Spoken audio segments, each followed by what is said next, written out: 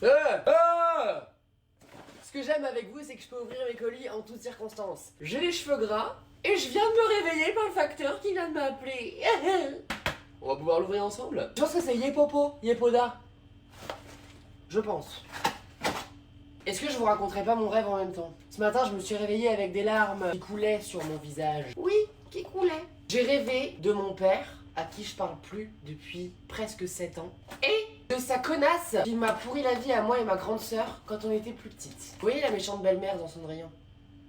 Bah c'était elle mais en plus jeune. J'ai rêvé que j'étais dans la maison où j'ai grandi, donc déjà le cœur battait très fort. Et en plus de ça, elle me fait des fête. La connasse qui m'a pourri la vie était gentille et elle voulait m'aider à réaliser mon plus grand rêve, être chanteur. Et pas chanteuse, parce qu'à l'époque j'étais un petit mec avec des pecs.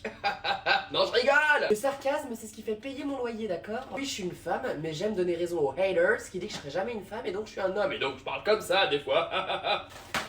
En fait, j'étais adulte dans la maison où j'ai grandi, avec la connasse qui m'a pourri la vie, mon père dans le jardin, la famille paternelle qui me... je sais pas, à part ma grand-mère, personne me comprenait, on va dire. Donc vraiment, j'estimais que personne m'aimait. Réellement.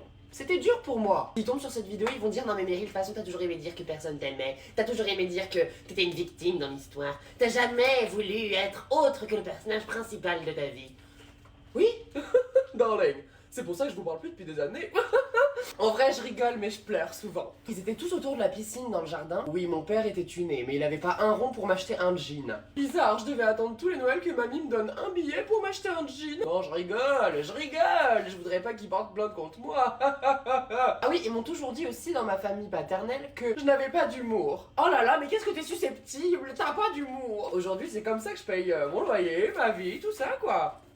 Autour de cette piscine, bizarrement, tout le monde m'aimait. Mais vraiment, tout le monde était en mode waouh, quelle femme accomplie, nanana. Bitch, j'étais enceinte. J'étais enceinte. J'attendais un fucking baby in my body. You know what I mean. C'est pas fini. Je perds les os. Et là, ma tante, que je déteste le plus, parce que elle a quand même réussi à me dire que si j'étais gay, parce qu'à l'époque j'étais gay, enfin je savais pas que j'étais une femme donc je disais que j'étais gay. C'était à cause de ma mère qui m'achetait des Barbies quand même, hein.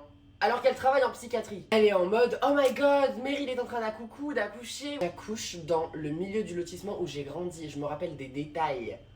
Je me rappelle de tout. Vous savez le plus dur de ce rêve c'est quoi? C'est que je me suis réveillée et que j'avais pas de bébé. J'ai l'impression qu'en l'espace de quelques heures de cette noche, j'ai réussi à développer mon instinct maternel.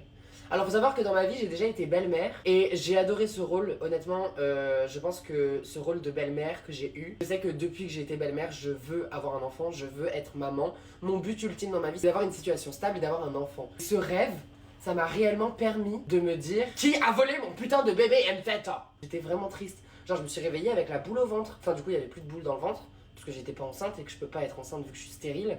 Oh c'est triste, tu as pleuré. Oh. Ah c'est herborien, j'en étais sûre.